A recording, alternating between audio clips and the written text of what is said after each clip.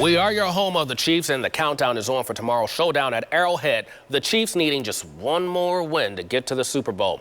Jordan Betts is checking out some of the places where you can watch the team this morning. She's live in Power and Light. Tell us more, Jordan.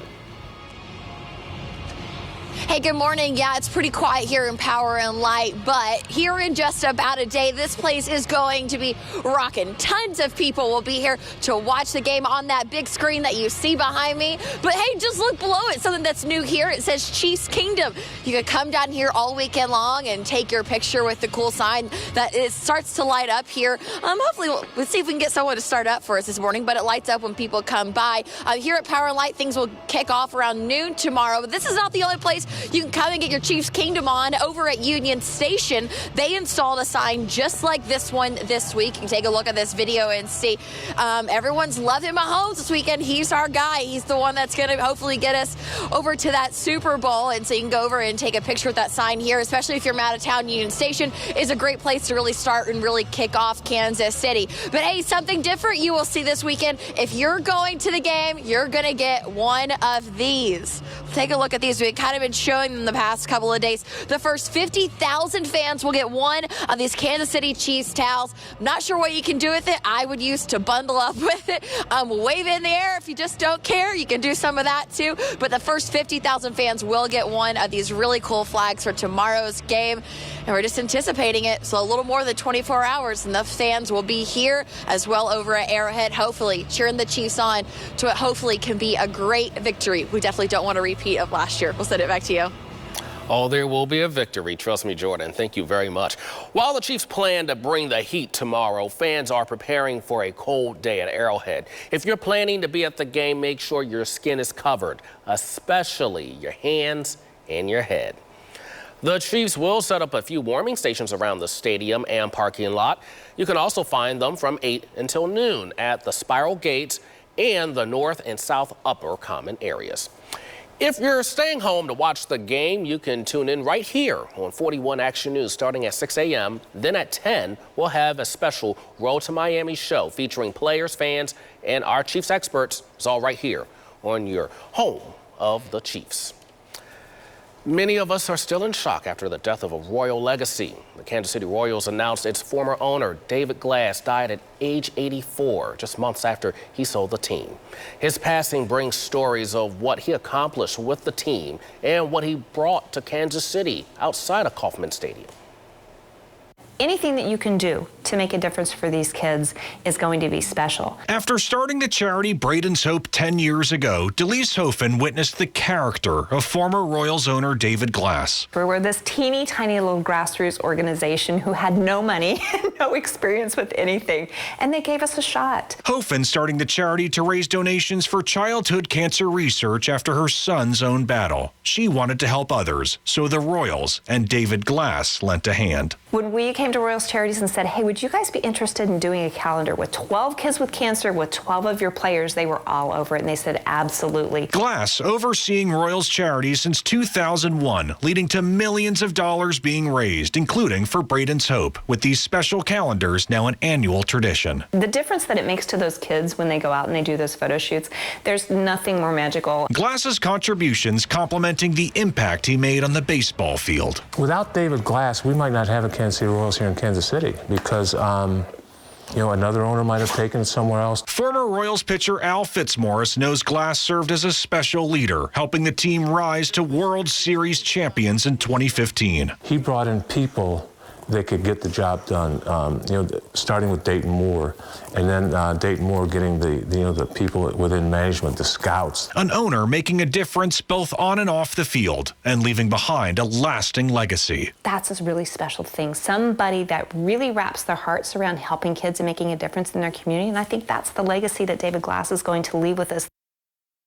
Well, his death is sparking a lot of reactions across Kansas City. The Royals' new owner, John Sherman, says Glass placed a treasure in the heart of Kansas City and, quote, we pledge to carry it forward with this passionate commitment and selfless spirit. Kansas City Mayor Quinton Lucas also responding to the news, writing, in a world of big egos, he was as down to earth and genuine as they come. I'll miss him. Kansas City will miss him. We've got so much going on this weekend in the world of sports. Sports anchor Ryan Marshall is coming up with more on David Glass and, of course, the Chiefs.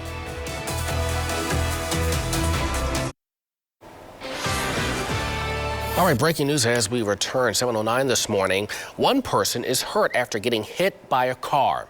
Happened just before 6:30 this morning. The person was struck at Blue Parkway and Nolan Road. We know that person has serious injuries. We'll continue to update you with more information. The KC streetcar is back up and running this morning after temporarily being shut down last night. It happened when a car ran into a pole that holds the wires to power the streetcar. Officers say the driver ran from the scene near 5th and Grand. A bus was used on the route until the issue was fixed. Teachers and district leaders could be closer to a labor deal in Shawnee Mission. Yesterday, a state-assigned fact finder delivered a report to the district and the teachers union. It's part of a long debate surrounding $10 million in extra funding. Teachers argue the money should increase salaries as they deal with larger classes and an extra hour of teaching. But the district claims it can't afford the salary growth. We spoke to both sides last week. I will say that morale in this district is the lowest it's ever been. They need to come to a solution. We have written into the contract for transportation a 3% increase. We have increase in utilities costs. We have new staff that we've hired. We have increases in health insurance costs. The report is confidential. Leaders expect another round of negotiations before they reach an agreement. Dr. Martin Luther King Jr. Day is Monday, and Kansas City leaders are hoping you'll submit ideas on how to honor him. The request comes after a battle over the renaming of the Paseo. Leaders named the boulevard after the activists, but voters reversed the decision in November. Now the KC Parks Board of Commissioners wants a public input on a dedication to the slain civil rights leader. You can email or mail your ideas to the Board of Parks Recreation Commissioners. The deadline for suggestions is February 11th.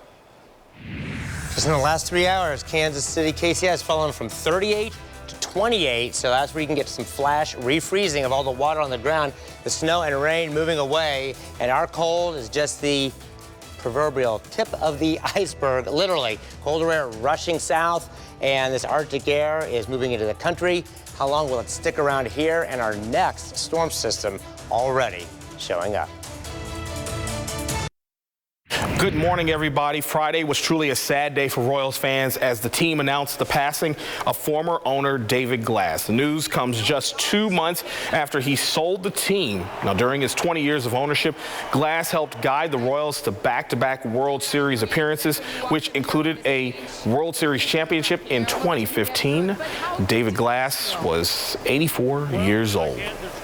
Well, moving on to the Chiefs, now they are one win away from the Super Bowl, but Tennessee has arguably the toughest runner in the NFL. Hopefully they'll get some reinforcements in the form of defensive lineman Chris Jones. He was one of 3 Chiefs players listed as questionable for Sunday's AFC Championship game, along with LaShawn McCoy and Matt Moore. Chris was a limited participant at practice on Friday, still recovering from that calf injury. Now, of course, he hated missing last week's AFC divisional playoff game. It was tough, especially in a playoff game. These games are important. These are games where win or go home, and when so much at stake, you want to be out there for your team. Well, switching to some soccer news, Sporting KC certainly committed to putting the best team on the field. Goalkeeper Tim Melia is paramount to Sporting success. He's staying around a while longer. Melia signed a contract extension with the team through 2022.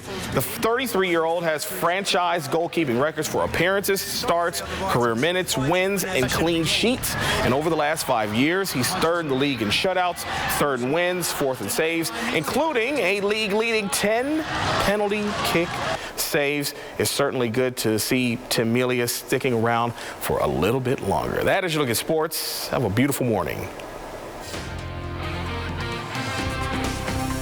Thanks, Ryan. It may eventually look beautiful, but it is going to feel cold. The sun is going to return here pretty quickly this morning. As we look at our Bordner Home Improvement Skyview network, it's still cloudy over Arrowhead, but you can see the roads are damp to wet, but in the process of freezing. Now, there is some treatment on the main roads, which will help, but your driveway, your sidewalk is going to refreeze. All the ice from yesterday melted overnight.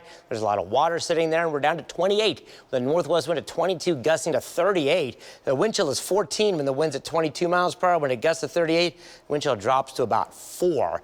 And on Weather Track Radar, the last of the snow and rain are out of here, and no accumulation of snow there, but it keeps the roads wet over a huge area as colder air is rushing in. 46 in Springfield, still 50 in St. Louis. Not going to last very long. 28 here, 23 in St. Joseph, 13 in Omaha. And this is just the southern edge of a large cold air mass that is going to be here for a while. This afternoon, we'll be back up to about 29, 45 in Dodge City. The cold air is not getting to southwest Kansas. It is aimed towards us and points to the east. And as we go through the night and into tomorrow morning, the wind will come down, but so will the temperature, down to about 10 to 15 tomorrow morning, around 10 to 11 or 12. And with the wind about 10 miles per hour, wind chill could be below 0, about -5 to +5. -16 in Aberdeen, South Dakota. It is a cold air mass. And for Chiefs Sunday, well, it's only going to be in the teens or low 20s. 45 in Dodge City while the Chiefs are kicking off. Around here, it'll be in the teens. It'll be below 0 in Des Moines. At least the sun will be out, but my goodness, in a north wind about 10 to 15, 10 to 20 will put wind chills below 0 at times. And then tomorrow afternoon, kind of holding in the teens, another little surge of cold air will come in, close to 50 in Dodge City.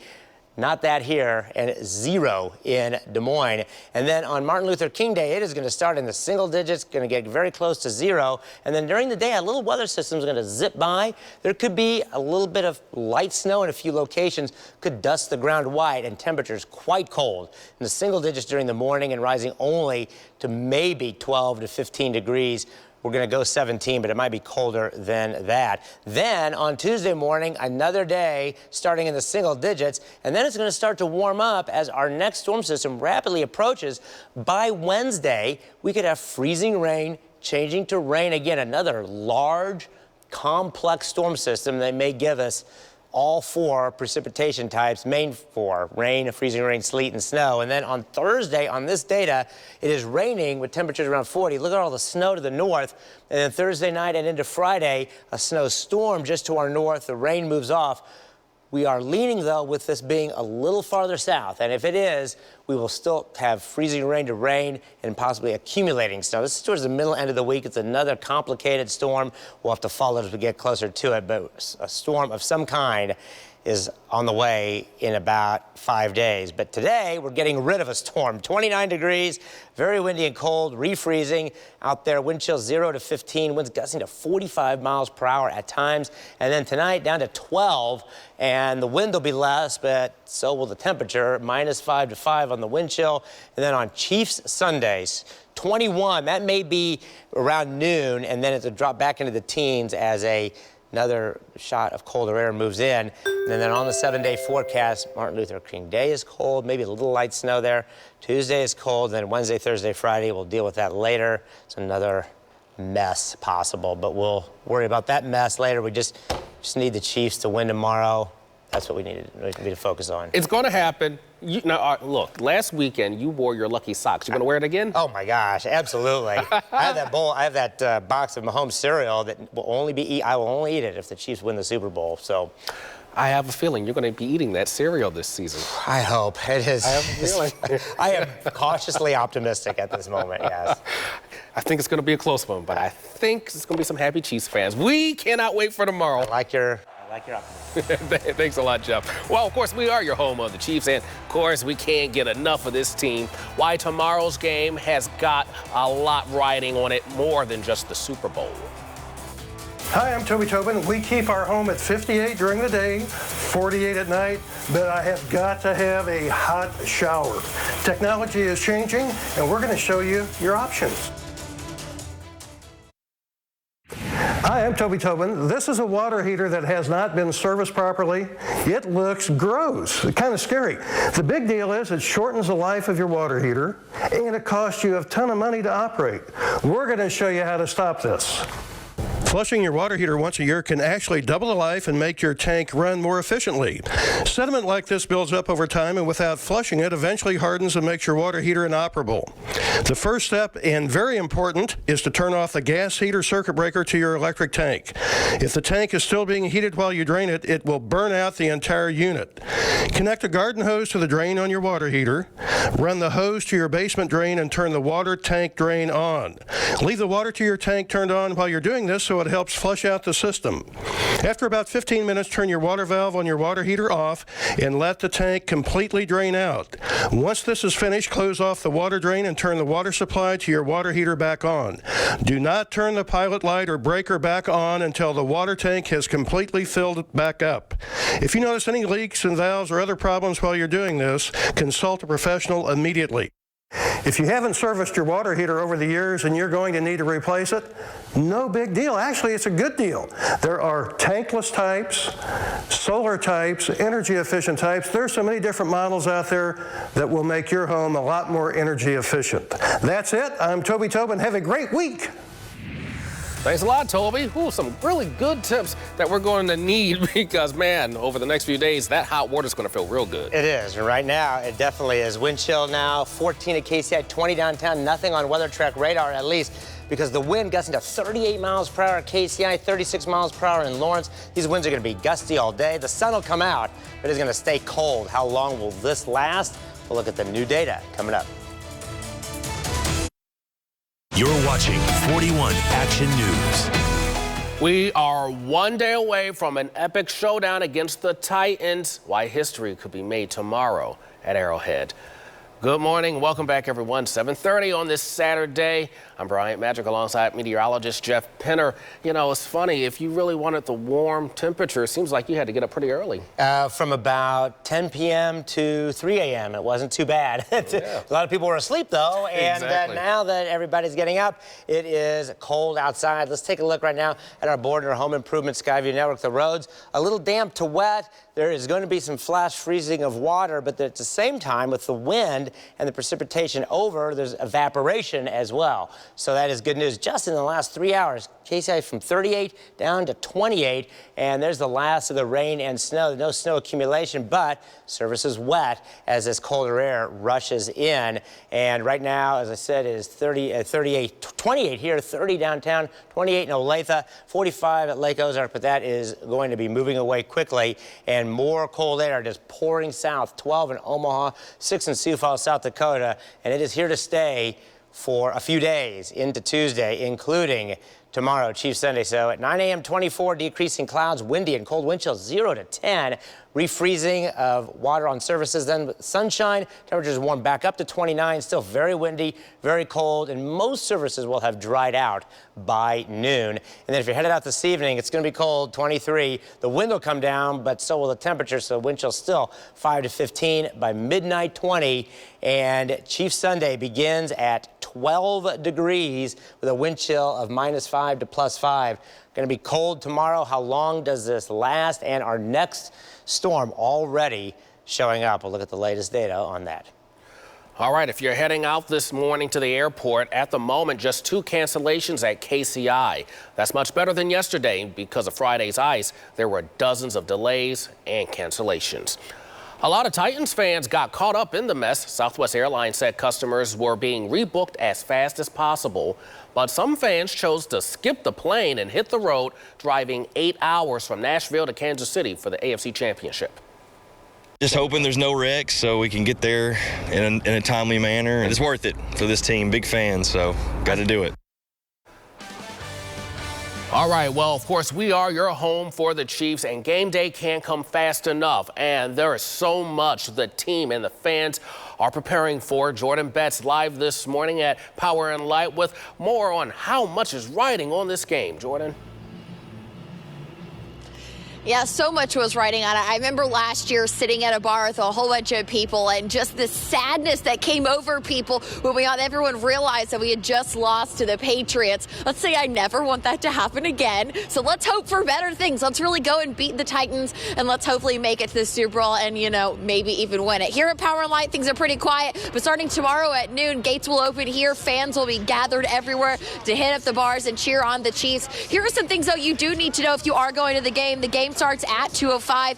Gates to get inside will open at 9 a.m., but it won't stop fans from getting there even earlier. I'll be surprised there's no one out there now. During the game, though, you might see some familiar faces. Kansas City's very own Paul Rudd will be the leader for the game, and then Chiefs chairman and CEO Clark Hunt will be the drum honoree for the second straight year. You saw Rob Riggle and Eric Stonestreet last week do it. Well, this week it's the Hunts. Let's think about how big this is for this family, though. The Lamar Hunt Trophy has never made its way back to Kansas City and to stay here since it was first started. So the Chiefs have gotten close, though. Last year was the closest we've gotten in quite some time. So this year, I think, including the Hunts, they want that trophy to stay where it belongs, and that is here at home at Kansas City. Again, the game starts at 2:05. Gates open at 9 here at Power and Light. Things start at 12. We'll send it back to you. All right, thanks a lot, Jordan. Yeah, got to bring that trophy back home where it belongs. Well, many former players hope Kansas City will soon be the home of another Super Bowl championship.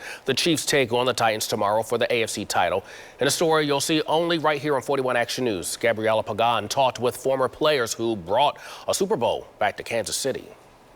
It was January 11th, 1970, when the Kansas City Chiefs last went to and won a Super Bowl. Jan Stenerud, we had talked about Saturday being the 11th, the day that we actually won the Super Bowl. The next day, they would be dubbed the Super Chiefs. After a Jan Stenerud field goal gave the team a 3-0 lead, they never lost. Coming to Kansas City in '67, the Chiefs had played in Super Bowl I, and the town was just about like it is now. I just loved the Chiefs, and it was a great time, and I appreciate so much what the people before me did. Governor Hearns proclaiming the 23-7 Super Bowl win brought honor to the team's city and state, much like the honor Chiefs Kingdom felt after a 24-0 comeback that we all thought may never happen, becoming the only team in postseason history to be down by 20-plus points and then come back and win by 20 or more. Once again, proving the underdogs can pull off a win. You had a team that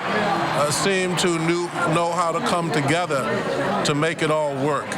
And it was a pride that we took in the way you played to let the offense know that it doesn't have to all be on them. We felt that it was important for us to take the weight of the journey.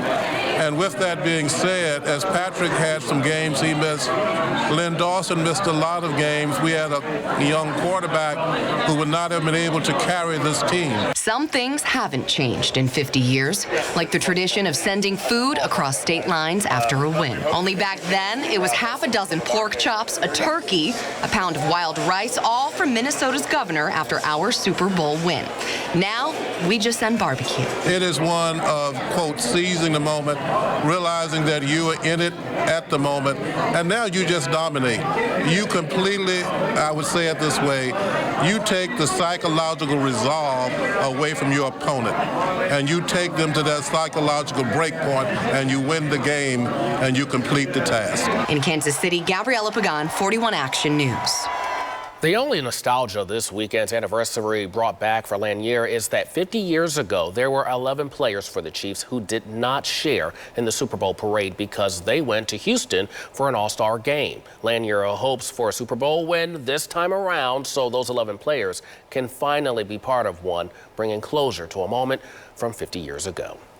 Well, the Chiefs wanted to make sure there's no bad luck this Sunday, which means no bad luck, Chuck. You've probably seen the viral video where Chuck sacrifices time at Arrowhead so the Chiefs could come back from 24-0 against Houston. And it worked. So the Chiefs brought him a grill and some other gear to make sure he stays home.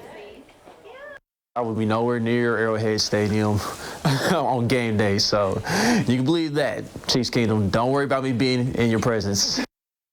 Well, you heard the man. He is staying home. A lot of folks are going to be making sure he does that. Another set of Chiefs fans also got a surprise this week, not for sacrificing their time at Arrowhead, but for their beer. The Chiefs' Eric Fisher used these brothers' beers for a Stone Cold Steve Austin celebration last weekend. To repay them, Fisher partnered with Bud Light and Budweiser to give them some beer and gear for this Sunday. The parking lot's open at 9 o'clock in the morning Sunday. Stadium gates open up at noon, and then kickoff is just a few minutes after 2 o'clock. Also, don't forget to catch Hy-Vee Chiefs Insider. It'll be today. It'll be right here on your 41 Action News station at 6:30 following our 6 o'clock newscast. Also, be sure to keep an eye out for our 4th and 1 podcast for all things Chiefs. Our 41 Action News Chiefs experts will have a breakdown of tomorrow's game. Download it wherever you listen to podcasts. Well, today, hundreds of people are expected to participate in a Women's March starting at the Country Club Plaza. This is video from the Women's March in May. Marchers will be meeting at the J.C. Nichols Fountain at 1 o'clock in this afternoon. Then they'll march down Cleaver and do a mile-long loop.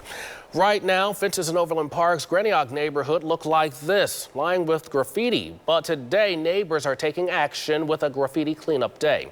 It's happening today from 9 this morning until 3. Volunteers are meeting between Antioch Road west of Grand Street and from 79th Street south to 83rd Street. For all you truck fans out there, you have another chance to check out the second day of Monster Jam. Large trucks, ATVs, and four-wheel drive cars that race on dirt, do fun tricks and competitions in front of fans. Every stop on their tour also features a pit party where you can meet the drivers in person and get up close and personal with the trucks.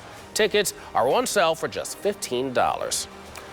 And you know who's not hating this cold weather in Kansas City? The penguins at the KC Zoo. Starting today, the birds will be marching outside at the Hellsburg Penguin Plaza every weekend through March. You can get an up-close look at the penguins starting at 11 a.m.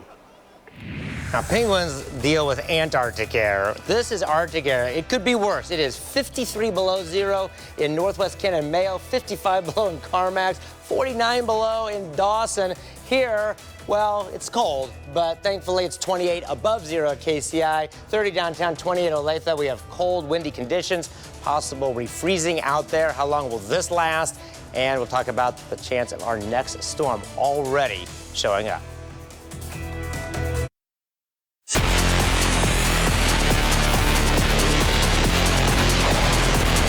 Good morning, everybody. The sleet and the ice canceled a lot of high school basketball games last night, but there were a few schools that carried on with some of the great hardwood action. We're heading south, folks. The Blue Valley student section staying warm in our icy Hy-Vee big game matchup. It's Blue Valley hosting Rockhurst. The Tigers got going with this Hayden Young three-pointer. But anything you can do, I can do better. I can do anything better than you. Rockhurst's Ben Walsh hits a three of his own. Then later on, it's Sean Harrington knocking down a three of his own.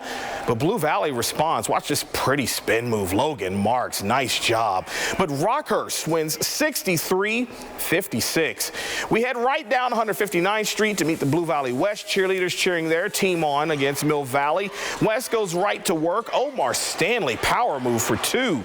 Mill Valley responds. This guy does it week in and week out. Braden Wiltsey with the spin and the bucket. Then later on, it's Wiltsey once again, stutter, money. Blue Valley West now doing work on their end. It's Spencer Bryant with the fake buckets. West, they win 56-51 in overtime. Rivalry game last night. Blue Valley North hosting Blue Valley Northwest. Northwest's Markel Hood showing everybody why he's a McDonald's All-American nominee. He's money from three. North retaliates. Jack Sheplack finds Andrew Orr underneath for two. They were good. Northwest a little better, though. Austin Mason drains the three. Blue Valley Northwest, a 67-64 winner. Speaking of rivalries, it's J.C. Harmon hosting Washington. Harmon came out smoking in the first half. It's Lonnell Lane for three. Then the Hawks got running in the open court. Walzell Evans, no look to Lane, count it, and the foul. But Washington turned up on defense. It's Trayon Grant on the steal, up ahead to Austin easily for the layup. Easy does it. Harmon strong all over the court. It's freshman Jason Rodriguez on the corner tray, a freshman. Loving it. J.C. Harmon gets the 66-54 win. That is your look at sports. That proves that if you're a freshman and if you're good, you can play on the varsity team too. Way to go, Jason. That's your look at sports. Have a great day. 7:44 on this Saturday, Kansas lawmakers expect to have their most serious debate on medical marijuana this year. Democratic Governor Laura Kelly says that she would sign a bill. A House committee has committed itself to review the issue. Its members had a brief debate over it this week. Legislators in both parties agree they're being forced to consider the issues more seriously because of neighboring states legalizing medical marijuana, like Missouri and Oklahoma.